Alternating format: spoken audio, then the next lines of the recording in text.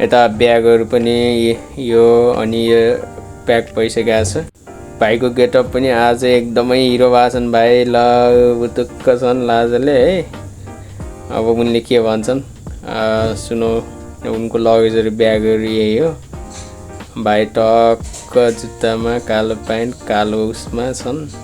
अब भाइको बेड चाहिँ यही बस्थे भाइ।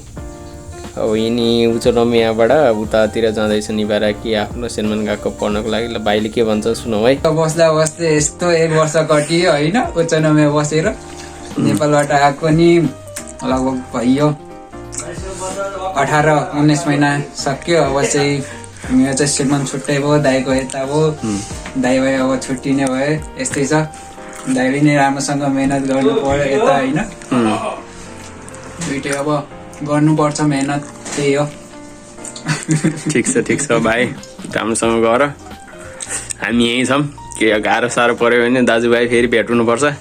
नेपाल जाँदाखेरि भेट्नु पर्छ है। अब एयरपोर्टकै छेउमा जाँदैछौ। उतै भेट गर्नुपर्छ अब। ठिक छ भाइ। अब हामी चाहिँ रुमबाट बाहिर निक्लिसकेका छौँ। पछाडितिर अब हाम्रो मास्क लगाएको सेतो मास्क लगाएको भाइ चाहिँ अब यहाँबाट बिदाइ हुँदैछन्।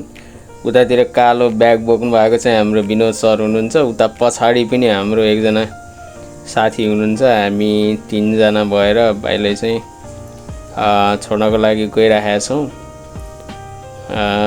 राम्रोसँग जानु पर्नु भाइ है। अब यही त हो।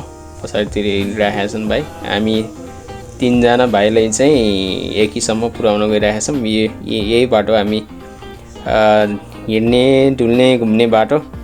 र 1.5 वर्ष जति सँगै बस्यो भाइसँग। अब त्यही हो। भाइ जाँदैछन् आफ्नो भविष्य बनाउनको लागि। सबैले शुभकामना दिउँ भाइलाई। प्रगति हुँदै जाओस् उन्नति हुँदै जाओस्। के गाह्रो अप्ठ्यारो पऱ्यो भने हामी छँदैछौँ। दाजुभाइको सम्बन्ध हाम्रो यस्तै माया भइराखोस्। हामी चाहिँ यसरी हिँडिरहेका छौँ। उता अड्डिनु भएको छ। उहाँ चाहिँ हाम्रो विनोद सर कसलाई पर्खिनु भएको छ। उहाँ बोक्नु भएको छ आउनु भएको छ पछाडि।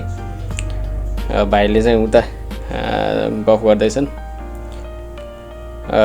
हामीहरू यसरी हिँडिरहेका छौँ। अब भाइलाई हामी पुर्याउँछौँ।